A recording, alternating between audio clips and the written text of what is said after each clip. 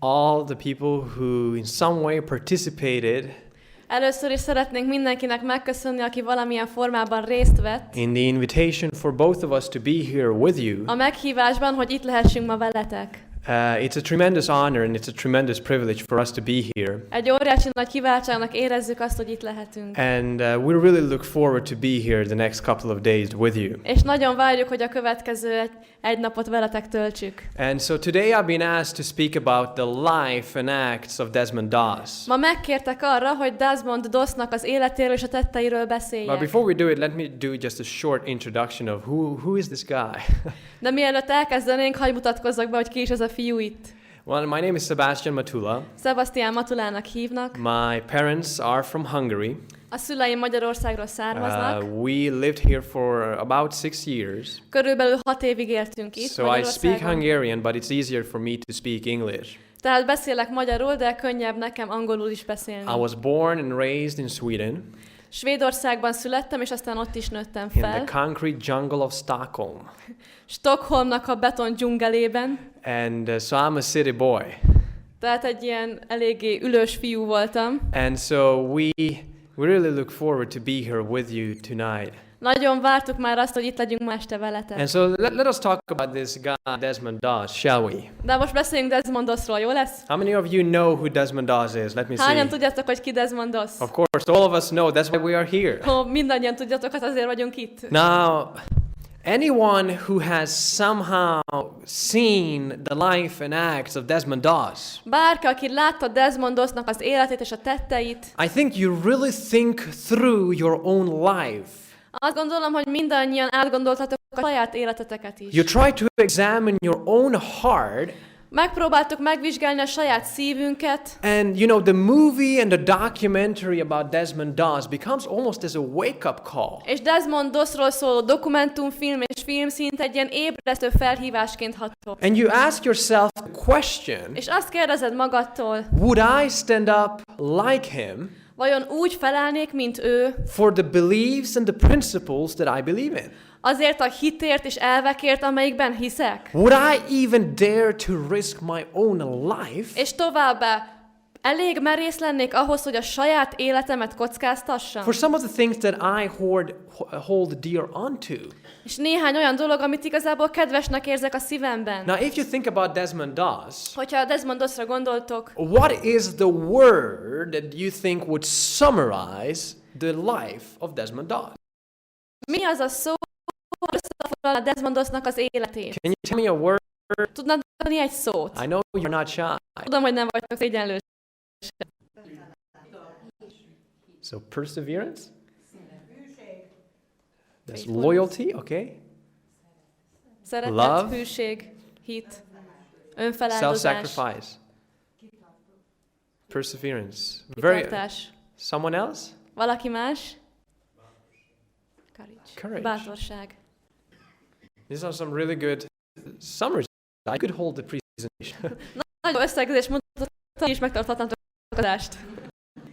You see, the thing is this. A helyzetkező. I think you can take all the words that you have said now, Gondolom, hogy az amit most mondtunk, courage, bátorság, self-sacrifice, önfeláldozás, love, szeretet, perseverance, kitartás, and some of the words that you use, és más szavak is, amiket használtatok. and we can summarize those words into one word. És ezeket a szavakat egy szóval össze tudnánk foglalni. And I think that the word is integrity. És azt gondolom, hogy ez a szó a becsületesség.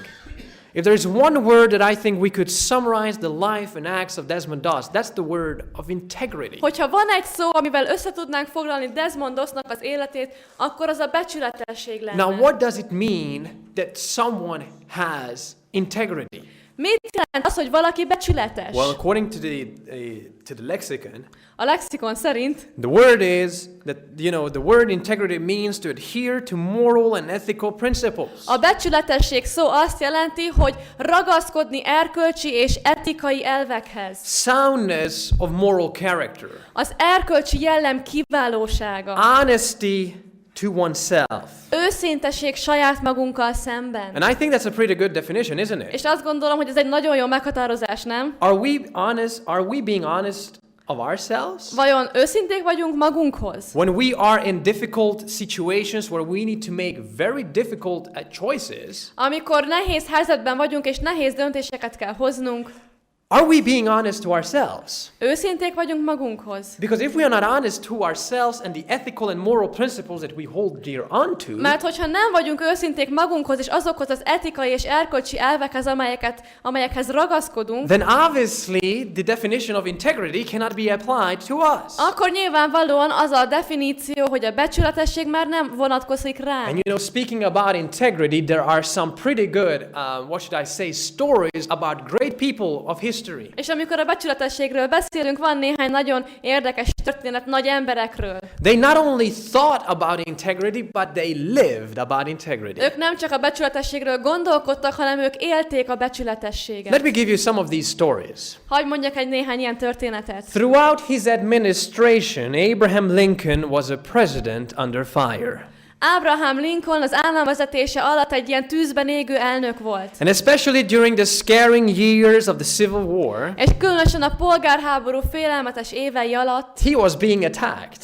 sokat támadták. And though he knew he would make errors in his office, És noha tudta azt, hogy hibákat fog elkövetni a hivatala alatt, he resolved never to compromise kompromisszumot kötni a becsületességével. So strong was this resolve Annyira erős volt ez az elhatározás, ez az eltökéltség, that he once said, hogy egyszer azt mondta, I desire so to conduct the affairs of this administration arra vágyom, hogy ennek az államvezetésnek az ügyeit úgy kezeljem, that if at the end, hogyha végül, when I come to lay down the reins of power, amikor leadom a hatalmat a kezemből, I have lost every other friend on earth, elvesztek minden barátot ezen a földön, but I shall at least have one friend left, de legalább egy barátom maradjon. and that friend shall be down inside of me. És ez a barát ott legbelül mélyen bennem legyen. Isn't that interesting? Nem érdekes? Now let me tell you another story about Michelangelo. Hadd mondjak egy másik történetet Michelangelóról. Now you know Michelangelo was this great painter who was painting and doing all the stuff at the Sistine Chapel. De Michelangelo egy óriási nagy híres festő volt, aki a Sixtusi kápolnának a mennyezetét festette. And he was lying on his back for endless hours És végtelen órákon át a hátán feküdt, to finish every minor detail of the sculptures.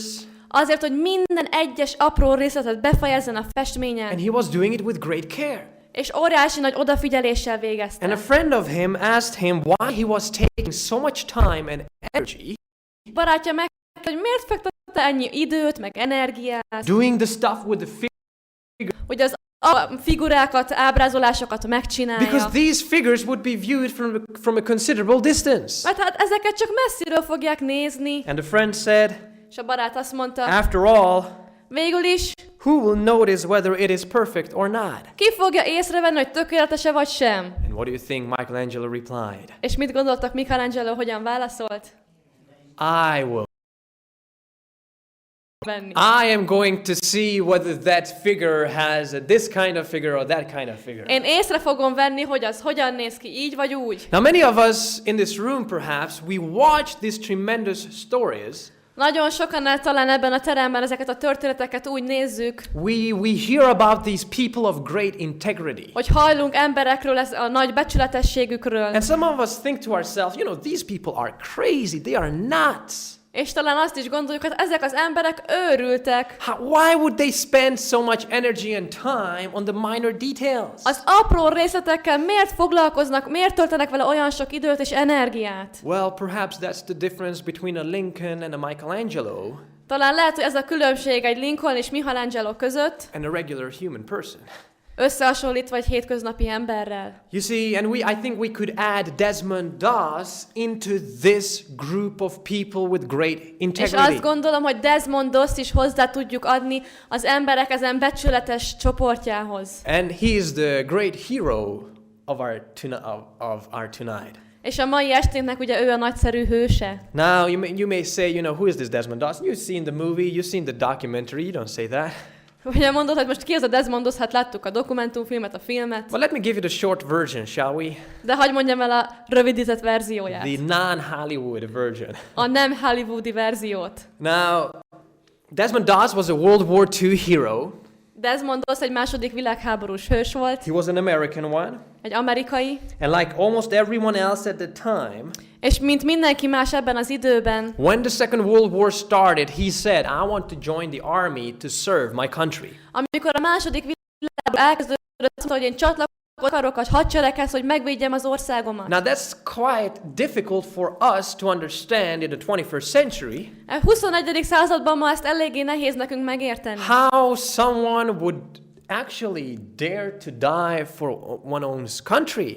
Hogyan mer valaki meghalni az országáért? And to go into war for something like that. És háborúba menjen. But that was the time. That was the 20th century. De a 20. században ez még így volt. And Desmond Doss, he said, És Desmondos azt mondta, I love my country. én szeretem az The országomat. patriotism within himself was too big for him to stay back. A patriotizmus, a hazafiság túl erős volt benne ahhoz, hogy otthon Now, maradjon. those of you who have seen the documentary, Azok, akik látták a and by dokumentumfilmet, the way, it is a tremendous documentary. You should all see egyébként ez that. egy nagyon nagyszerű dokumentumfilm, mindannyiunknak meg kell nézni. What's the title of the documentary? A címe a Fegyvertelen hős. With the subtitles in Hungarian, you can see it. Van hozzá magyar felirat, ezt meg is nézhetitek. And one of the politicians in the United States, he is speaking about the climate of the 20th century. És az egyik politikus az Egyesült Államokban a 20. századnak a csúcspontjáról beszélt, And he speaks about this generation who said they wanted nothing else than to fight for their country. és erről a generációról beszél, akik semmi más nem akartak, mint hogy az országukért So harcoljanak. that's the milieu, that's the environment for us to understand DOS. Ez az a millió és környezet, hogy megérthessük DOS-t. And so this politician speaks about it. Ez a politikus erről beszélt, And then he said something fascinating, which I said, what? és aztán valami egészen lenyűgözőt He was mondott. speaking about this minor village. Erről a kis faluról beszélt, When the news came out that if you wanted to join the army, you could join the army. amikor megérkezett a hír, hogyha akarsz csatlakozni a hadsereghez, akkor csatlakozzál. And almost every young person in the village said, we're going to go into the army. És a faluban szinte minden fiatal mondta, hogy mi megyünk a hadseregbe. But 3 young men could not go because of several reasons. De 3 férfi sok ok miatt nem tudott bevonulni. And you know what happened to these 3 young men? És tudjátok, hogy mi történt ezzel a 3 férfivel? They felt so bad Annyira rosszul érezték magukat, because they were not able to defend their own country like their friends. mert nem voltak képesek megvédeni az országokat úgy, mint az ő barátaik. Anyone knows what happened to them? Tudja valaki, hogy mi történt velük? They took suicide. Öngyilkosok lettek. Can you imagine that? El tudjuk ezt képzelni? In the 21st century, I don't think we can imagine this. 21. században talán ezt már nem is tudjuk elképzelni. But that's the environment for us to understand DOS. And DOS says, I want to defend my country. De ez az a környezet, amin keresztül megérthetjük DOS-t, amikor ő azt mondta, hogy meg akarom védeni az But országomat. there is a catchy thing here. De aztán van egy nagyon megfogó dolog. He served in the army A hadseregben szolgált, without doing what? anélkül, He did not carry a gun, correct? nem hordott fegyvert, nagyon jól mondtátok. I mean, who is a crazy person? Ki ilyen őrült? Someone would go into war Valaki, aki elmegy háborúba, without carrying a gun. anélkül, hogy fegyvert vinne. Now I can understand how the directors of Hollywood Most már meg tudom érteni, hogy a Hollywoodnak a rendezői saw that this was an enormous story, and it truly is. észrevették, hogy ez egy milyen óriási történet, és valóban az. But let me remind you, my friends, De hagyj emlékeztesselek benneteket, barátaim, that the movie starts with the notion hogy a film egy olyan gondolattal kezdődik. it's a real story. Valós történet. It's not Disney. Nem Disney, It's not cartoons or whatever. nem rajzfilm. This movie has actually happened. Ez a film megtörtént. And so I think what makes the movie and the entire story of Desmond Doss so powerful, És azon gondolkoztam, hogy mi tette az egész filmet annyira hatalmassá, because it actually happened, believe it or az not. valóban az, hogy ez tényleg igaz történet, akár elhisszük, akár nem. And so people called him conscientious objectors. Ezért az emberek egy ilyen lelkiismereti tiltakozónak hívták. But he said, I'm not a conscientious objector. De mondta, hogy én nem vagyok lelkiismereti tiltakozó. I'm a conscientious cooperator. Én egy lelkiismereti együttműködő vagyok. You see, he said, I'm cooperating with my friends in order to defend my country. Azt mondja, hogy én együttműködök a barátaimmal azért, hogy megvédjem az országomat. I'm not objecting. Nem tiltakozom. I want to serve, Szolgálni akarok, but in a certain way. de egy meghatározott And úton. what was that? És ez mi volt? Not carrying a gun. Fascinating. Nehogy ne viseljen fegyvert. Now, what was the reason you think for this mindset? Mit gondoltok, hogy mi volt az oka ennek a gondolkodásmódnak? What do you think? Mit gondoltak? Because of his faith. A hite miatt. And we're going to deal with his faith soon. I'm going to talk about the faith of a hero. És hamarosan a hitével fogunk foglalkozni, a hősnek a hitével. But in the documentary we are told De a dokumentumfilmben megláthattuk, that as he was growing up in a Christian family hogy ahogy egy keresztény otthonban nőtt fel, in the 1920s, 1930s, 1920-as, 30-as években, on the big wall there was this big painting. a falon ott volt egy ilyen nagy festmény. And anyone remembers what was the painting? Bárki emlékszik rá, mi volt a festményen? Was the Ten A Commandments. 10 parancsolat. And what was the one commandment that really struck him? There are actually two. We're going to deal with two soon. But Mi volt az az egyik? Igazából 2 volt, de mi volt az az első, ami nagyon megfogta őt? Melyik parancsolat? correct, the commandment not to kill. A ne ölj parancsolat. And he was looking at the commandment, thou Nézte shalt a not kill. parancsolatot, hogy ne ölj, And next to the commandment was Cain killing his own brother. és ugye a ne ölj parancsolat mellett ott volt Káin, ahogy megölte Ábelt. And he was thinking to himself, how could someone of his brother killing his own brother? Azon gondolkodott magában, hogy hogyan tehet egy testvér olyat, hogy megöli a He testvérét. just didn't get it. Egyszerűen nem értette. And so because of the commandment, thou shalt not kill, he's told himself, I'm not going to do that. És a parancsolat miatt, hogy ne ölj, azt mondta, nem fogok ölni. But then there was a second reason. De aztán volt egy második ok. And the second reason was when he saw his father arguing, De a másik ok az volt, amikor látta az apukáját veszekedni, and they were all drunk. és ittasak voltak, It's the 1930s. 1930-as You évek, had the Great Depression. a nagy gazdasági világválság ideje. So he had a gun. Volt fegyvere, ugye? And so his mother went to the father and said, the police are coming, give me the gun. És az anyukája lépett közbe, és mondta, hogy a rendőrök jönnek, add nekem a fegyvert. And he gave him the gun, and the mother could leave the house without the gun, but the police arrested the father. És az anyuka ugye elküldte a fegyvert, de a rendőrök megérkeztek, és az apát letartóztatták. And Desmond saw all of this. És Desmond ezt mind látta. And even within himself, the notion, thou shalt not kill, became even stronger. És az a gondolat ő benne, hogy ne ölj, még erősebbé vált. So much so Annyira, that he said, I'm not going to carry a gun. azt mondta, hogy meg sem fogom fogni a fegyvert. So when he comes to the army, Tehát amikor a hadseregbe lép, these are the two foundational events that have shaped him to become a conscientious cooperator. ez volt a 2 alapvető esemény, ami őt egy ilyen lelkiismereti tiltakozóvá tette. But was it easy for him in the army? What do you think? De könnyű volt neki a hadseregben, mit gondoltok? Was it like, he was just smoothing away?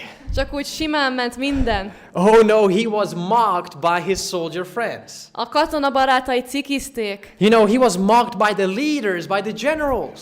A hadnagyok, a vezetők is gúnyolták. But not only mocked verbally, De nem csak szóban, he was even assaulted physically. hanem fizikailag is.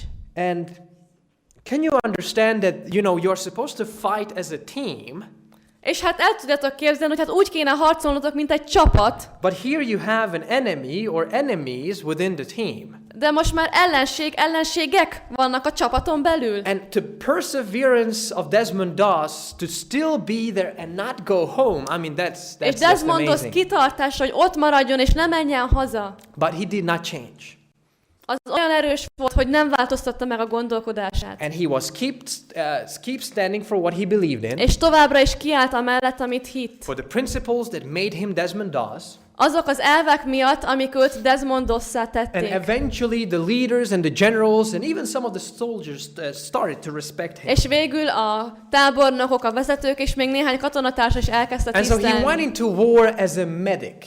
És ugye úgy ment háborúba, mint egy orvosi egészségügyis. He went into war without a gun, Fegyver nélkül ment a háborúba. without being able to properly defend oneself. Anélkül, hogy helyesen megvédhetné magát. And so they went to the island of Guam, Elmentek Guam szigetére, and that was the big battle. ott volt a hatalmas nagy csata. And here, the friends of Desmond Doss started to see that there is something unusual with this guy. És itt Desmond Dossnak a katonatársai észrevették, hogy valami különös van ebben a fiúban. When the enemies, the Japanese people, are coming against us, Amikor a japánok jönnek ellenünk, and we need to go back because the leaders have said we need to go back, és vissza kell vonulnunk, mert a vezetők azt mondják, hogy visszavonulás van, there's one person van egy ember, that goes forward. aki előre megy. Who was this? Ki volt ez? Desmond Doss. Desmond Doss. Because he wanted to save the people who got injured. Mert meg akarta menteni azokat az embereket, akik megsérültek. He wanted to get to his friends before the Japanese people get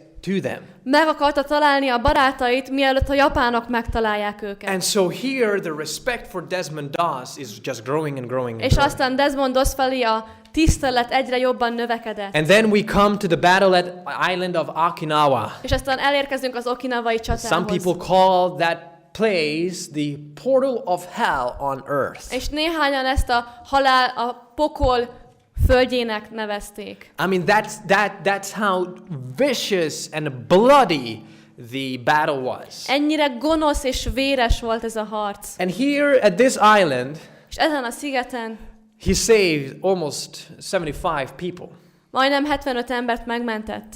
heroically.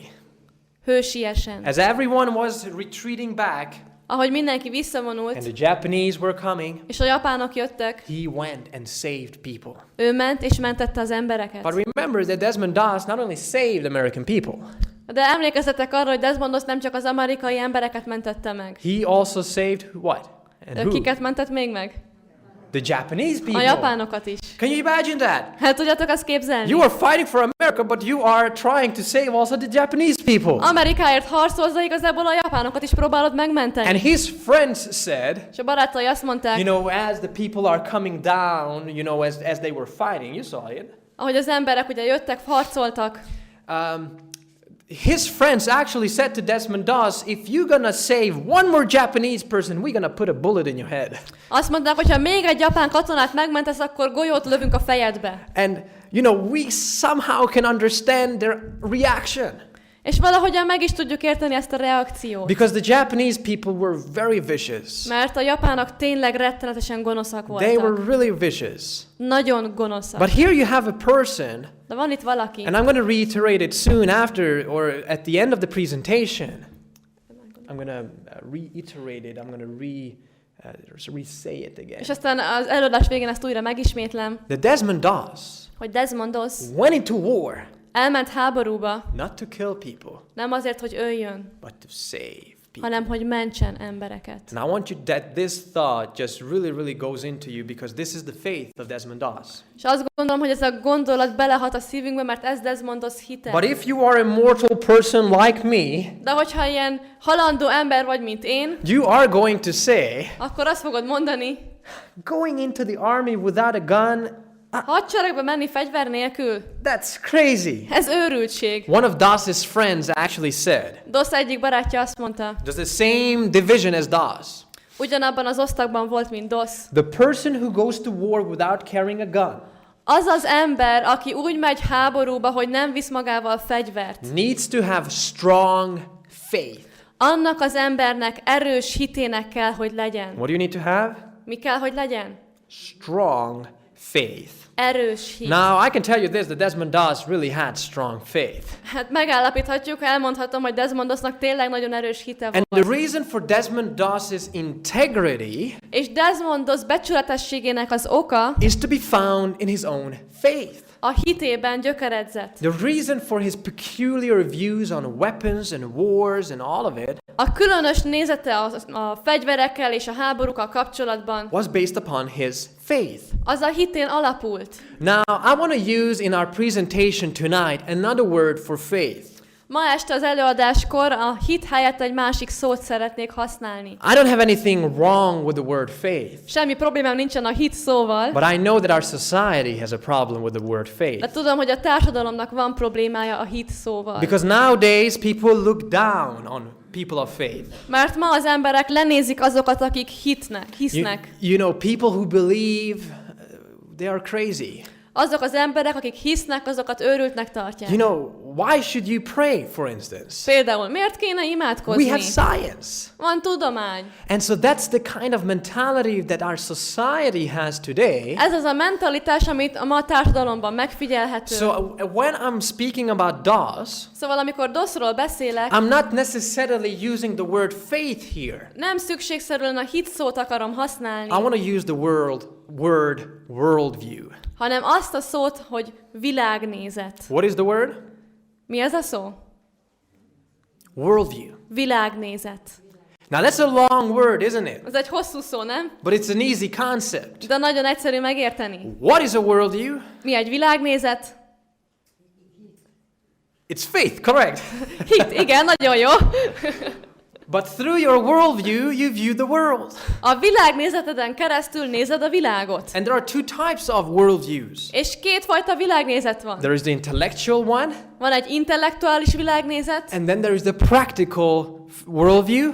és aztán a praktikus világnézet, And I believe that Desmond Doss had both of them. és azt gondolom, hogy Desmond Dossnak mindkettő megvolt. He had the intellectual one. Az intellektuális, He had reasons for why he believed in what he believed in. voltak okai arra, hogy miért hit abban, amiben hisz, But that was not just a philosophy. de ez nem csak egy filozófia volt. Because the person who believed in, Mert az a személy, akiben hit, that transpired into his own life and became practical worldview. az az ő életébe belépett, és aztán gyakorlati világnézete lett. You see, every single person who is living upon this planet, Minden egyes ember, aki ezen a bolygón él, everyone has a worldview. mindenkinek van világnézete. And yes, you too. Igen, neked is. You have a particular worldview Van egy bizonyos világnézeted, out of which you try to perceive reality around you. amin keresztül próbálod észlelni a világot Out körülötted. of which what you try to understand our existence. Amin keresztül próbálod megérteni a létezésedet. You are listening to my message, Most hallgatod az üzenetemet, and some of my words are being accepted in your head because of your worldview. és néhány szavamat elfogadod a világnézeted miatt. Some of my worldviews you reject. De néhány szavamat el fogod utasítani. Why? Miért? Because of your worldview. A világnézeted miatt.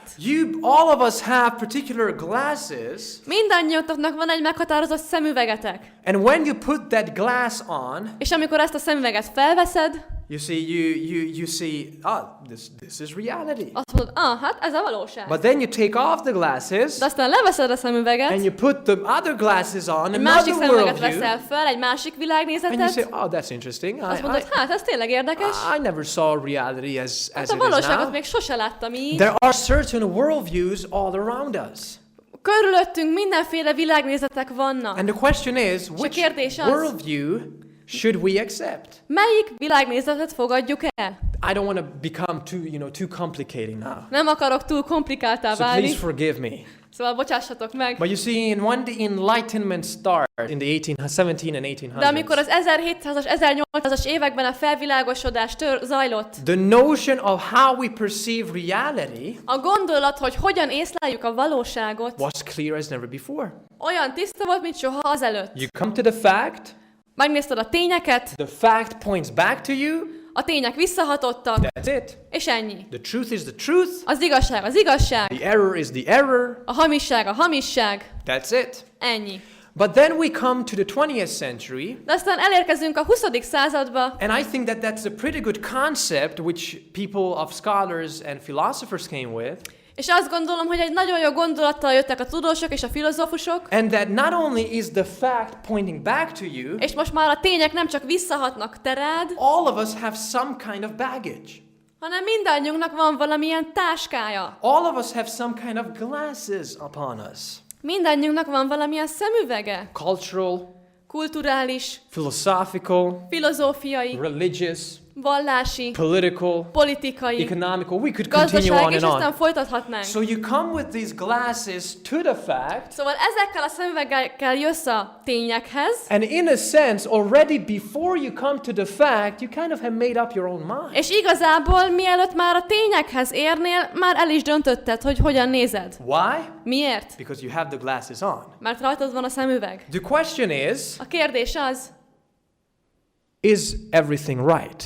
minden igaz? You see, there is this quote, Van egy idézet, given a choice between someone's worldview and the facts, amikor választani kell valakinek a világnézete és a tények között, it's always interesting how many people deny the facts. nagyon érdekes, hogy mégis milyen sokszor és milyen sokan a tényeket tagadják.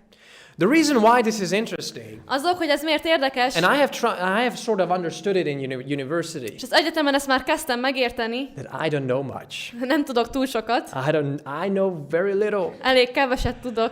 The moment I stepped into the library of the university, Abban a pillanatban, amikor az egyetemnek a könyvtárába beléptem, and I saw the books from Aristotle, Plato, up until Pishti book, you know, és amikor láttam a könyveket Arisztotelésztől, Plátótól, és egészen másmilyen könyvekig, in the 21st century, a 21.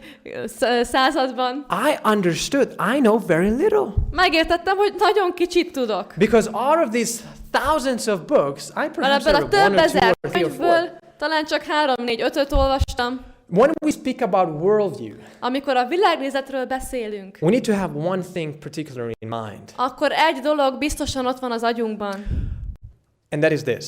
és az a következő. It is not to say Nem az, what is truth and what is error, hogy megmondjuk, hogy mi az igazság és mi a hamisság, but instead to say which worldview makes more sense. hanem inkább az, hogy megnézzük, hogy melyik világnézetnek van több értelme. The truthfulness of the worldview is there, A világnézetnek az igazsága ott van, but then you compare this worldview with this worldview, de aztán ezt a világnézetet összehasonlítom ezzel a világnézettel, and you say, és azt mondod, based upon the facts, I think this worldview makes more sense than this. a tények alapján azt gondolom, hogy ennek a világnézetnek több értelme van, mint a So let's másiknak. come back to Desmond Doss, shall Szóval we? jöjjünk vissza Desmond Dosshoz.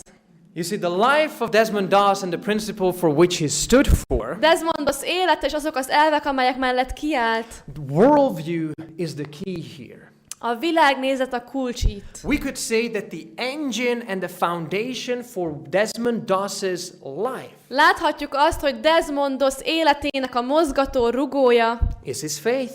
a hite volt. So soon and briefly here, I want to go with you through some of the things that were the key principles for Desmond Doss. És most szeretném átnézni azokat a kulcsfontosságú elveket, amelyek Desmond Doss életében olyan nagy szerepet But játszottak. before I do that, please understand, especially if you are a visitor, De mielőtt ezt tenném, kérlek, értsetek meg, főleg, hogyha vendég vagy.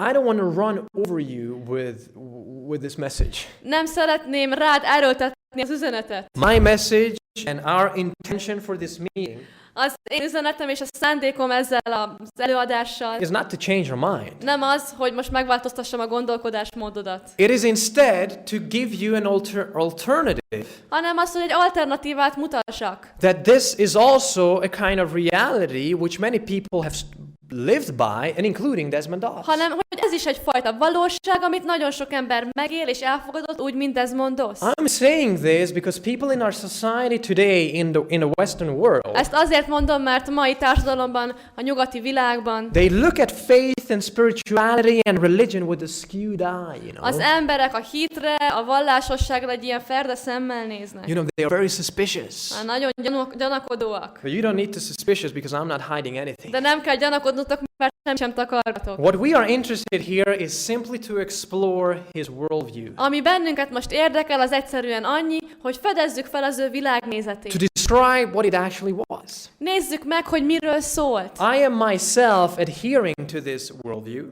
Én magam is ezt a világnézetet vallom, And I have chosen to live this worldview the past 6 years of my és úgy life. döntöttem az életem utóbbi 6 évében, hogy ez a világnézet szerint élek. And it's never been better.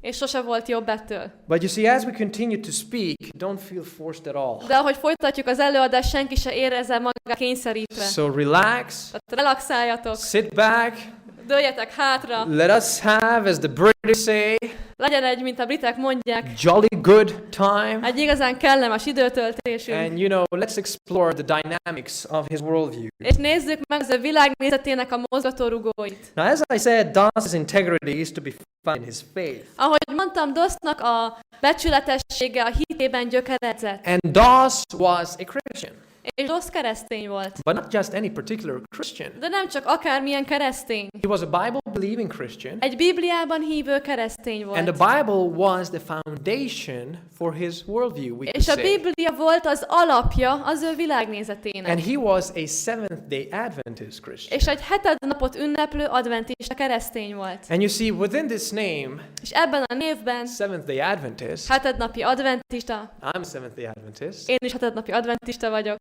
Within the word Seventh-day Adventist, Azon a szón belül, hogy hetednapi adventista, you find an entire worldview, egy egész világnézetet megtalálhatunk. a remarkable worldview, Egy jelentőségteljes világnézetet, which answers some of the deepest philosophical questions that ami people have raised. megválaszolja a legmélyebb filozófikus kérdéseket, amit az emberek feltesznek. And I believe that this term Seventh Day and Adventist Azt gondolom, hogy ez a kifejezés, hogy hetednapi adventista, is an overview of what life is actually all about. az arról, The first word, mi volt az első szó? Seventh Day. Hetednapi. Now, as you see in the movie, Das is very peculiar.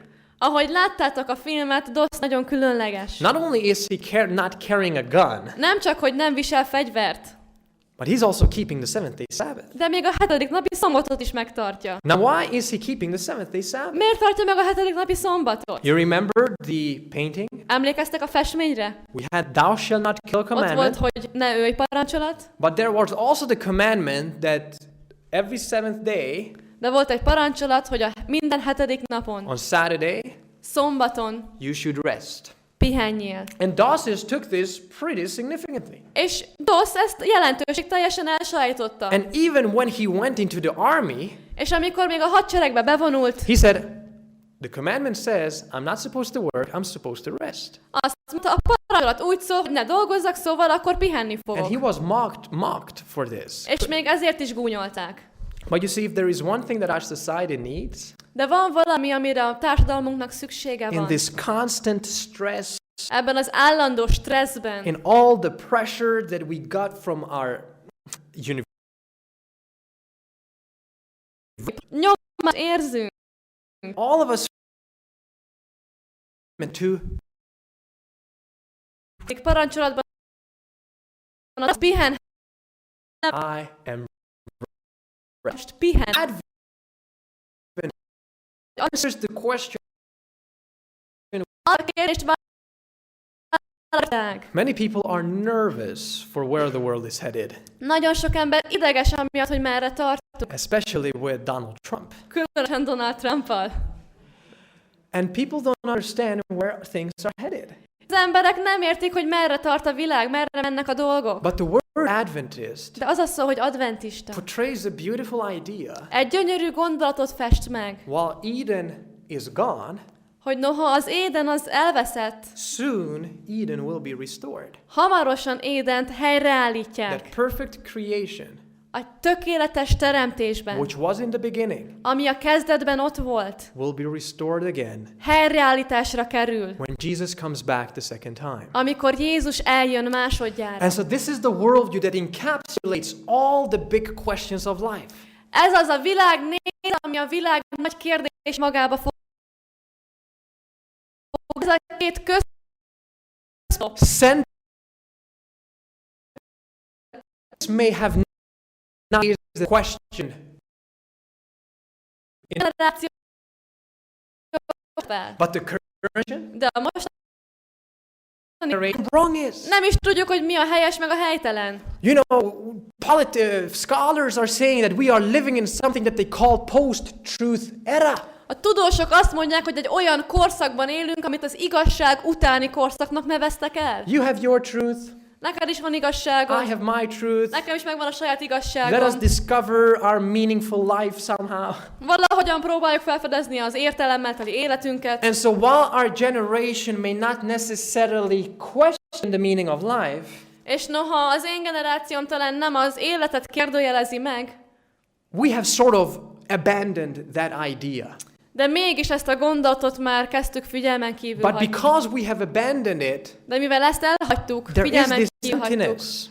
egy üresség jött. And this emptiness, we try to fill it with every worldly stuff. És ezt az ürességet megpróbáljuk minden világi dologgal betömködni. If you don't believe me, let me quote to you some of the famous people Hogyha nem hisztek nekem, hadd idézzek a leghíresebb emberektől, who have shaped our Western culture in the 20th and in the 21st century. akik a 20. és a 21. században a nyugati kultúránkat formálták. First is David Koningsberg. Az első David Koningsberg. He said, if this century is remembered for anything, Azt mondta, hogy ha ez a század emlékezetes lesz bármiről is, it will perhaps be for the speed with which we embrace things az and then let them go. valószínűleg az lesz, az a sebesség lesz, amivel a dolgokat megragadjuk, és utána hagyjuk elmenni. You think that this is a good explanation for how young people behave, perhaps? Mit gondoltok, ez egy jó magyarázat arra, hogy ma a fiatalok hogyan viselkednek? Or perhaps not that young people? Vagy talán már nem is csak a fiatalok? It's very interesting that we treat our technological devices Nagyon érdekes, hogy a technológiai eszközeinket úgy kezeljük, as with relationships. úgy kezeljük, mint a kapcsolatainkat. You have an iPhone, an Van egy iPad, iPhone-unk, egy iPad-ünk. it breaks, Eltört. let's buy a new one. Hát vegyünk egy újat. What do we do with relationships? Mit teszünk a kapcsolatokkal? You hurt my feeling, Megsértetted az érzéseimet? I'm not friend with you, Most már nem vagyunk barátok? let's find a new one. Találok egy másik barátot. The way we treat our technological devices Az a mód, ahogyan kezeljük a technológiai eszközeinket, has unfortunately gone into how we treat our relationships sajnos már a kapcsolatainkat is úgy kezeljük. within families, Családban, within friends, barátok között, and maybe even God. és talán Istennel is. Now let me quote to you Carl Jung, who is the famous Swiss psychoanalyst. Hagyj idézek Carl Jungtól, egy híres svájci lélekelemzőtől. He said the central neurosis of our time is emptiness. Azt mondta, hogy a mai korszak központi idegbetegsége az üresség. Do you think that is a good diagnosis? I think that's Mit how you say gondoltak, it. hogy ez egy jó diagnózis? I think that's a good diagnosis. Azt gondolom, igen. The question is, A kérdés az, if the central neurosis of our time is emptiness, hogyha a mai idők központi idegbetegség az üresség, what is the cause? akkor mi az ok? And not only what is the És nem cause, csak mi az ok, what is the solution? mi a megoldás? We're going to talk about it soon. Erről hamarosan beszélni fogunk. Viktor Frankl, who was the famous Austrian neurologist, Viktor Frankl, aki egy híres ausztriai ideggyógyász volt, köszönöm. clinics are crowded with people suffering from a new kind of neurosis. Azt mondta, hogy a klinikák zsúfolva vennek emberekkel egy újfajta idegbetegséggel. A sense of total and ultimate meaninglessness of life. Annak az érzésével, hogy az életük teljesen értelmetlen. Isn't that these are some of the famous people of the 20th century and some just amazing quotes. Ezek a 20. század híres emberei. And why? És We're going to come miért? to that soon. Erről hamarosan beszélünk. For example, we have H.G. Wells, Például itt van még H.G. Wells, famous historian and philosopher, híres történész és filozófus, wrote a lot of books, rengeteg könyvet írt, War of Worlds, for instance. Világok háborúja And például. he said this at the end of his life. És élete végén a következőt mondta. I have no peace. Nincs békém. All life is at the end of the tether.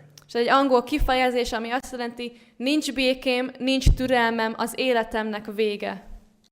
Can we find peace Tudunk-e békét találni? like Desmond Doss had, by the way? We're going to come back Úgy, to mint Desmond ahogy Doss. Desmond Doss, és vissza fogunk térni Desmond You Dosshoz. said, I came to listen to Desmond Doss. Azt mondjátok, hogy hát azért jöttem, hogy Desmond Dossról halljak, But we're going to come back to Desmond de vissza Doss. fogunk hozzátérni. Because Doss's life shows us some of the things which they want to answer. Mert Doss élete bemutat néhány olyan dolgot, amit ők megpróbáltak megválaszolni. Doss had peace Dossnak volt békéje. on that part of the planet, A Földnek azon a részén, which was actually considered to be the portal of hell. amit igazából a pokol földjének hívtak. Isn't that amazing? Ez nem lenyűgöző? Why? Miért? Because he had his faith. Mert volt hite. He had his faith in someone Volt hite valakiben, that was a strong person. aki egy erős személy volt. But that person was ez a someone who személy was close. olyan volt, aki közel állt hozzá. The literal Irodalomtudós Thoreau azt mondta, one of the founding fathers of the United States, az Egyesült Államok egyik alapító atya, most men live lives of quiet desperation. legtöbb ember az életet kétségbeesésében éli. You know, we could go on and give you these quotes from these amazing people. Tovább folytathatnánk, hogy idézeteket adjunk ezektől a híres emberektől. But is this reality around us a meaningless reality? De a valóság körülöttünk egy értelmetlen valóság. Is this idea Vajon ez a gondolat about the meaninglessness of life az élet a értelmetlenségéről meaningful idea? egy értelemmel teli gondolat? Think this through. Csak gondoljátok át. If life is meaningless, Hogyha az élet értelmetlen, then why should our ideas akkor miért lenne a and gondolatainknak perhaps even our relationship és be talán a meaningful? kapcsolatainknak is értelme? What we are all doing Akkor mit csinálunk mindannyian? is that we are actually fooling ourselves. Az csak az, hogy bolondítjuk I magunkat. don't know if you have heard the story. Nem tudom, hogy hallottátok-e a történetet. A Christian professor gives a talk in a university Egy keresztény professzor egy beszédet mondott egy egyetemen on the meaning of life. az élet értelméről. And just as he finished his talk, És ahogy befejezte a beszédét, he did not even have time még csak arra sem volt ideje, to take a sip of water. hogy egy korty vizet igyon, One student stood up egy díj felállt, and he said, és azt mondta, everything in life is meaningless. az életben minden értelme. Everything in life is Az meaningless. életben minden értelme. Professor, he put the glass down. Professzor lerakta. He said, down. You don't believe that? De ezt nem el. The student said, A diák azt mondta, yes, I do. de hiszem. Mondta, No, you believe nem, that? ezt nem hiszed el. The student kept on.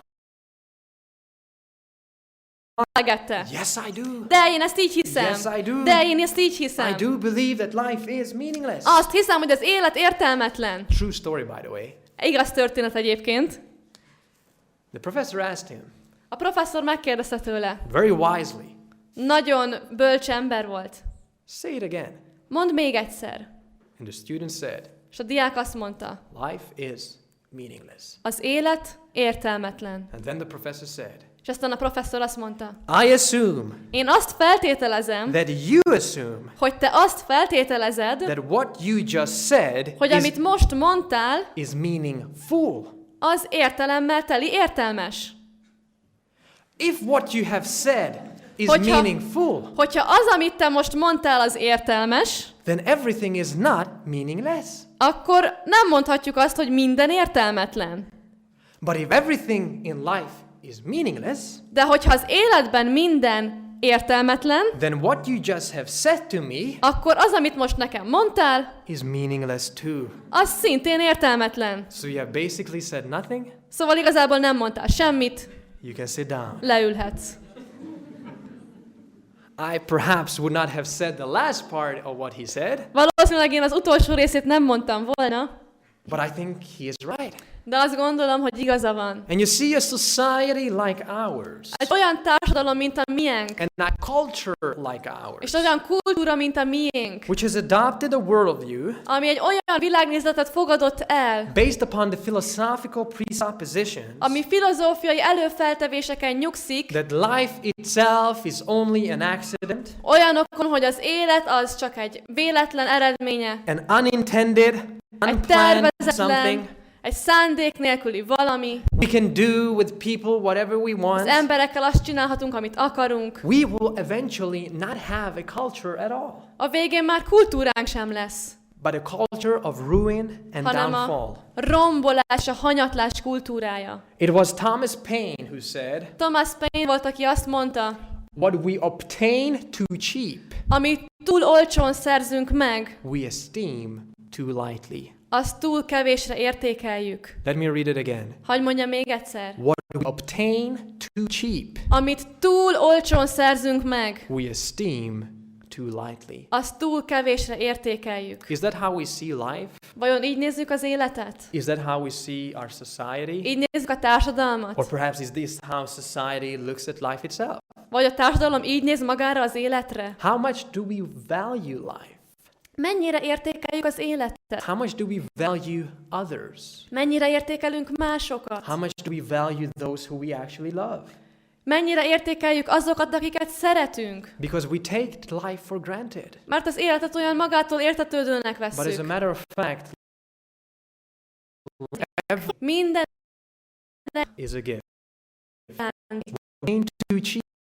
amit túl könnyen szerzünk, We esteem too lightly. túl kevésre értékelünk. I believe that unfortunately we have been programmed into thinking Azt gondolom, hogy sajnos egy olyan gondolkodásmódra lettünk programozva, that nowadays hogy manapság life is nothing else than a coincidence of molecules, az élet nem más, mint a molekuláknak a véletlene, the coincidence of electrons and atoms. az elektronok és az atomoknak a véletlene. We are just a number in the statistic. Csak a statisztikában egy szám vagyunk, We are just one among the many. csak egy vagyunk a sok közül. But you see, the reason why DOS Az ok, hogy DOS was able to go through the portal of hell miért volt képes a pokol földjére elmenni, was because DOS understood that life has meaning. az volt, hogy ő megértette, hogy az életnek van értelme. He saw that life was valuable so much so that he was risking his own life. Látta azt, hogy az élet annyira értékes, hogy a saját életét képes volt érte kockáztatni. So to save other people's lives. Azért, hogy megmentsen más emberek And életét. that is why DOS could say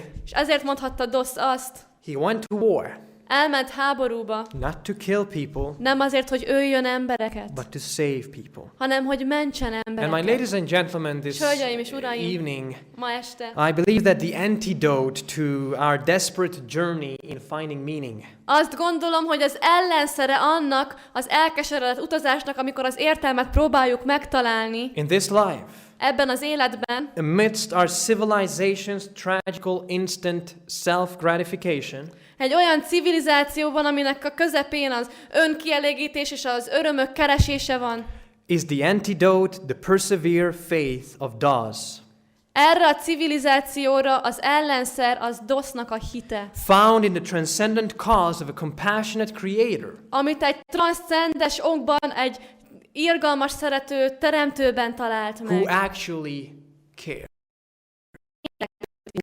This person, Az, hogyha Desmond mondjuk, és he went into war. mielőtt a háború, You know, he had a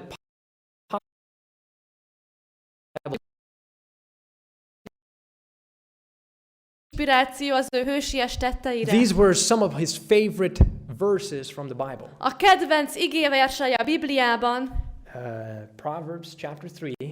Példabeszédek könyve, 3. fejezet, Proverbs chapter 3 verses 5 and 6. Példabeszédek könyve, 3. fejezet, 5. és 6. versei így szólnak. Bizodalmad legyen az Úrban teljes elmédből, a magad értelmére pedig ne támaszkodjál. Minden te utaidban megismered őt, akkor ő igazgatja a te útjaidat. Powerful verse. Óriási szavak. Also, you have Psalms chapter 91. És aztán megnézhetjük a 91. Zsoltárt is. And you could read Psalms 91, but just verses 1 and 2 is just so amazing.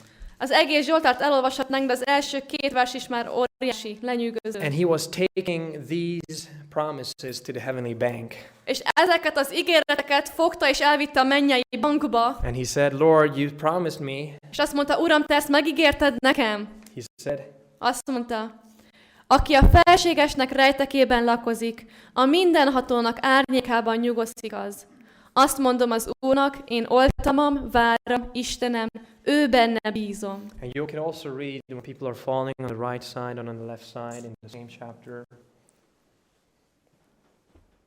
Elesnek mellőled 1000-en, és jobb kezed felől 10 000-en, és hozzád nem is közeli. There was something peculiar about the faith of Desmond Doss. Valami különleges Desmondos hitében He could go into the field az volt, hogy ki tudott menni a harcmezőre, and he could just go against the Japanese és a japánokkal szembe tudott menni, just to save people. azért, hogy mentsen embereket. And people were he was actually saying that the bullets were just going just És next az to my emberek ear. mondták, és ő is hallotta, hogy a töltények csak úgy elrepültek a golyók mellett. And you could even read what his wife had written just in the beginning of his Bible.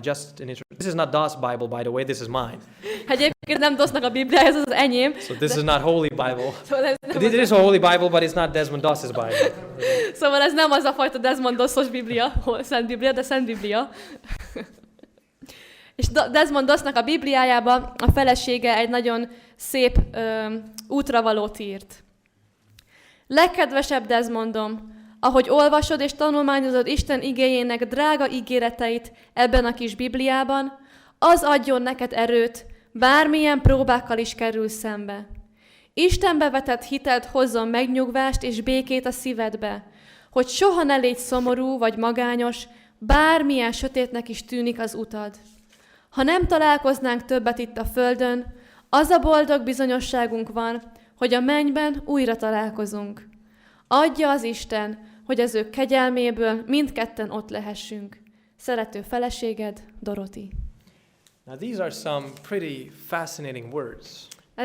Ezek nagyon lenyűgöző szavak. Because, they said goodbye to one another. Mert ugye elbúcsúztak egymástól, And if Doss would have died, they would never have met on és ha his Doss life. meghal, ebben az életben többet már nem találkoznak. And so that was one of the things, the tears started to come in my eyes when they were saying goodbye. Az volt az egyik rész, amikor megkönnyeztem, hogy amikor ők elbúcsúznak egymástól. But it is interesting how we view life, isn't it? De nagyon érdekes, hogy hogyan nézzük az életet. So instead of creation being accidental, Ahelyett, hogy a teremtés az véletlenszerű lett volna. I believe that our existence is one of purpose and design. Én hiszem azt, hogy a létezésünknek van célja és tervezet. And that is to live and to serve others and also the Creator. És ez az, hogy szolgáljunk másoknak és a teremtőnek. But not only does it start with purpose, De nem csak céllal kezdődött, it only continues on with purpose, céllal folytatódik and is, it ends with purpose, és céllal fejeződik be. being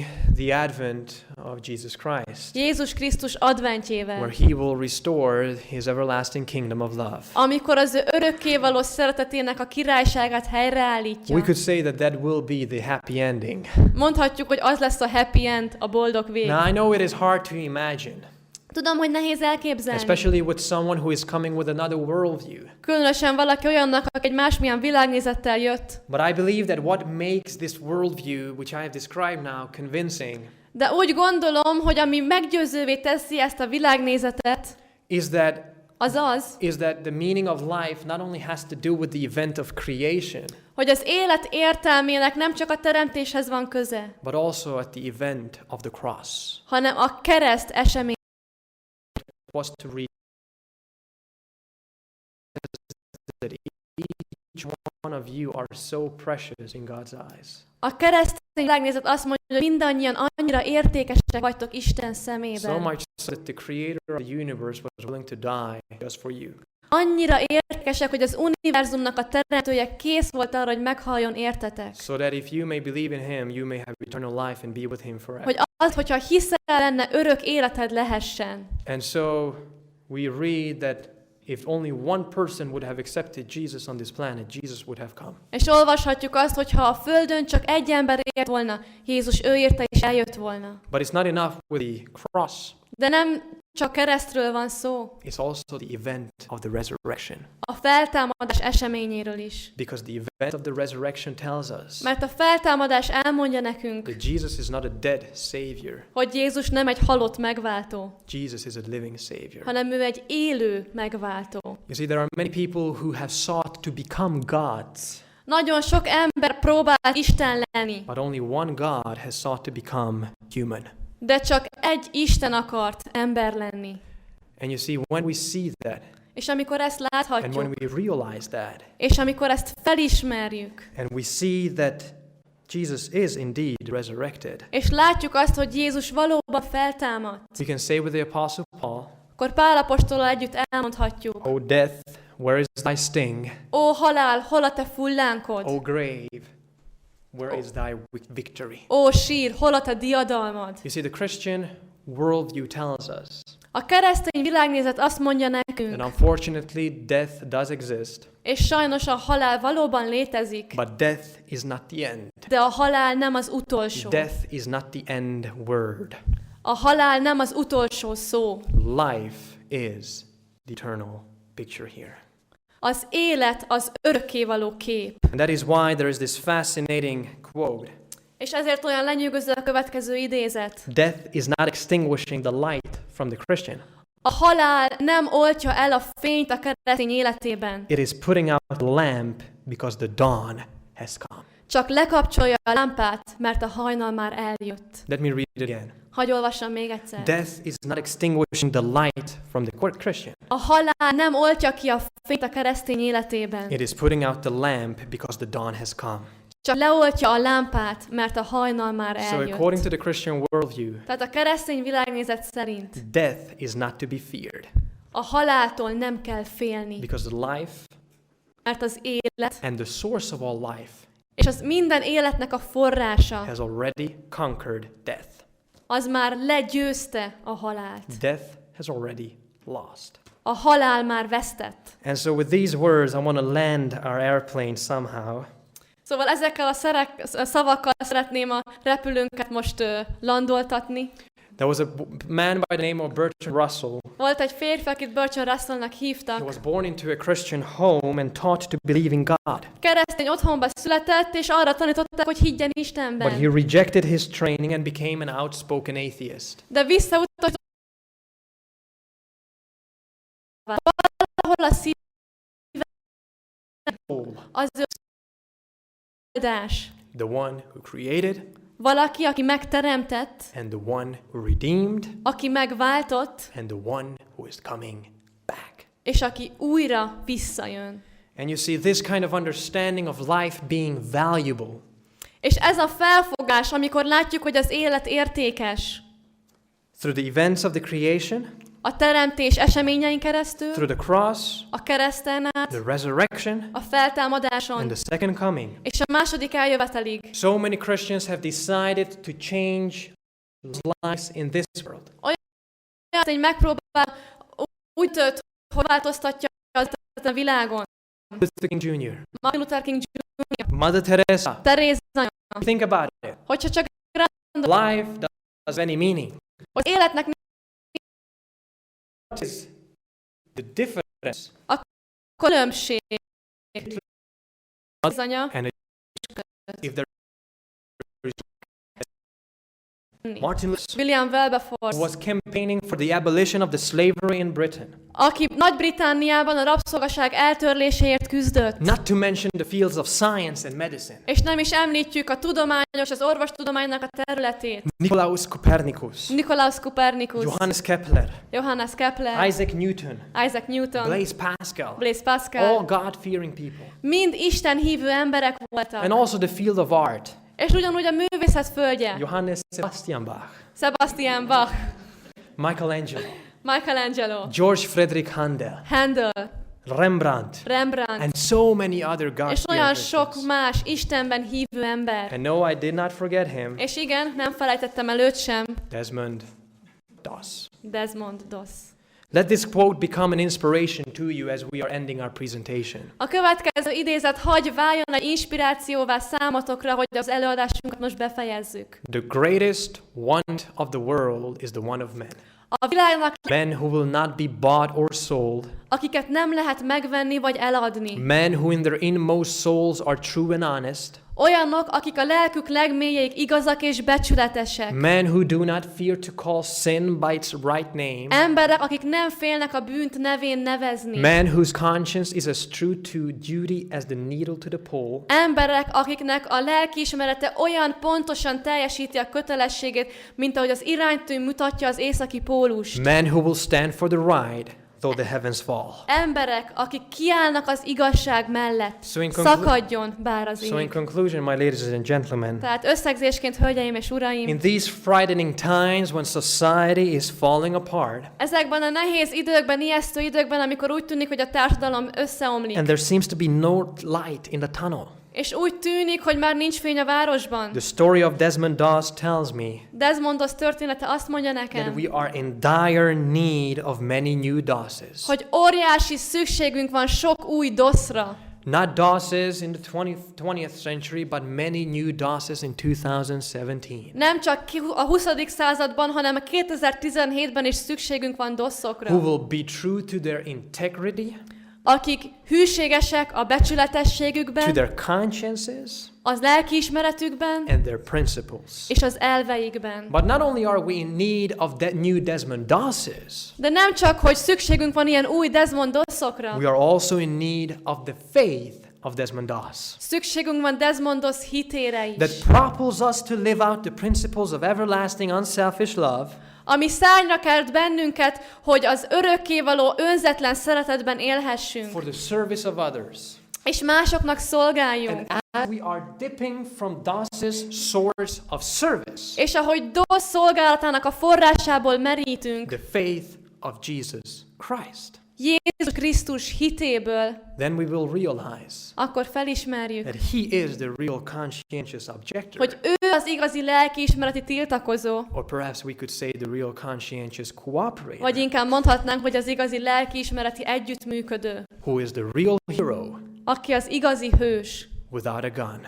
fegyver nélkül. May we become new Dosses. Hagy váljunk új dosszokká. Thank you for listening. Köszönöm, hogy meghallgattak.